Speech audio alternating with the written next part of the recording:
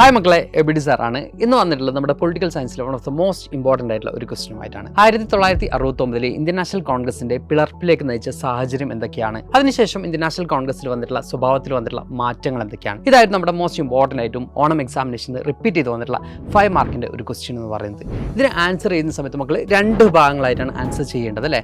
First ഈ പറഞ്ഞതുപോലെ തന്നെ 1969 പിളർപ്പിലേക്ക് നയിച്ച സാഹചര്യം ഇന്ദിര വേഴ്സസ് സിൻഡിക്കേറ്റ് ആയിരുന്നു. അതായത് ഇന്ദിരാഗാന്ധിയും സിൻഡിക്കേറ്റും തമ്മിലുള്ള പല പ്രശ്നങ്ങളും ഉണ്ടായിരുന്നു ഇന്ത്യൻ നാഷണൽ കോൺഗ്രസിനകത്ത്.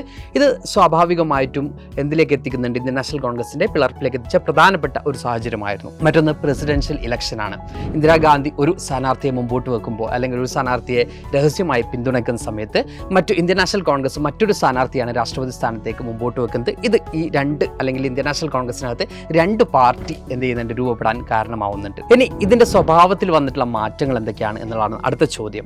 നമുക്ക് നോക്കുകയാണെങ്കിൽ ഇന്ദിരാഗാന്ധി എന്ന് പറയുന്ന ഒരു നേതാവിലേക്ക് മാത്രം എന്ത് ചെയ്യുന്നുണ്ട്, ഇന്ത്യൻ നാഷണൽ കോൺഗ്രസ് ഒതുങ്ങി പോകുന്നുണ്ട് എന്നുള്ളതാണ്. മറ്റൊന്ന്, ഈ രാഷ്ട്രീയ പാർട്ടി അല്ലെങ്കിൽ ഇന്ത്യൻ നാഷണൽ കോൺഗ്രസ് എന്ന് പറയുന്ന പാർട്ടി വിവിധ ആശയങ്ങളെ ഉൾക്കൊള്ളുന്ന ഒരു പാർട്ടിയായിരുന്നു.